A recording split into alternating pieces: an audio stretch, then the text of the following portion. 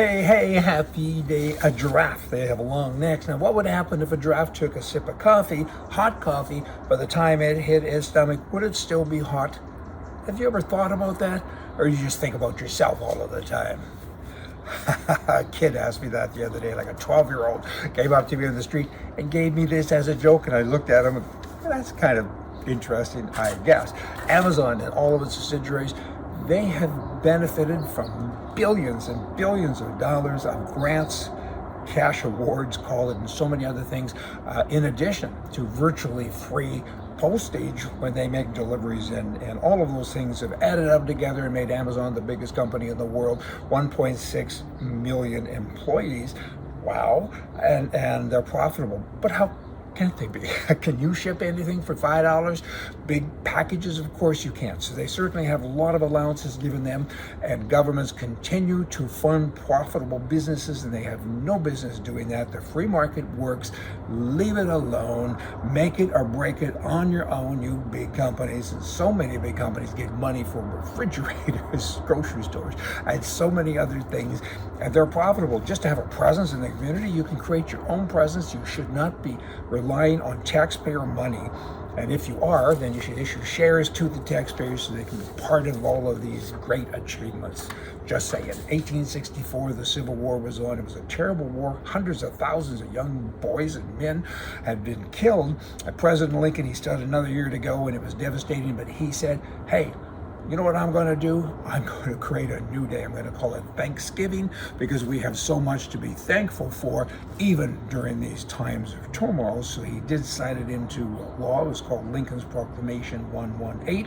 And it's October 20th, 1864, and he declared a national holiday of thanksgiving and praise to Almighty God, the creator and ruler of the universe. That was his wordage, and ever since then, America has had Thanksgiving.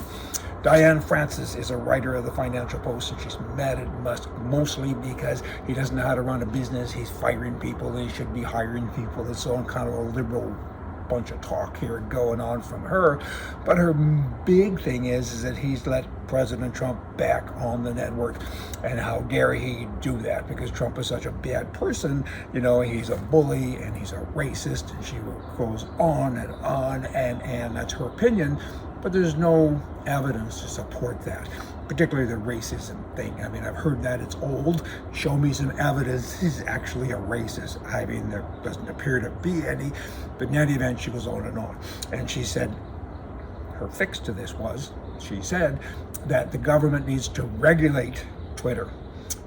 That's her solution. As soon as something is different than what she wants it to be, she wants the government to step in and regulate it. I mean, how bad is that, Diane? That's just dumb. We don't want the governments to interfere with anything that we do, unless we break laws. And there's no laws that have been broken here that I can see. And if you think they have, phone the police. Don't do stupid stuff about asking regulations, blah, blah. Liberals, they just make me crazy. It's simple enough. Don't mind the simple-minded. It's a simpleton thing. Right? All right. Lastly, West Vancouver in British Columbia. The mayor read this the other night. It was the usual land acknowledgement, but he read it at the meeting, and he started with, as always, the traditional, we are on, the traditional, ancestral, and unceded territory of this Squamish Nation. Right after, he said, this is the last time I'm ever going to say that, because we're not going to do it anymore. And people erupted, Indians particularly, but also white liberals, and they said, you can't do that. We have to keep on saying that it's somebody else's land that we're squatting on. Good for him. I mean, if you're on somebody else's property and it's not ceded to you, then you're kind of a thief in a bad group. So move away and go somewhere else, because it ain't your land. You just said that. You just said that you're squatting on somebody else's property and they have title to it. So get over it. Either live with it and move away, or stop saying it and then maybe say, this is my land. Hey, pick one or the other. Y'all come back. See ya.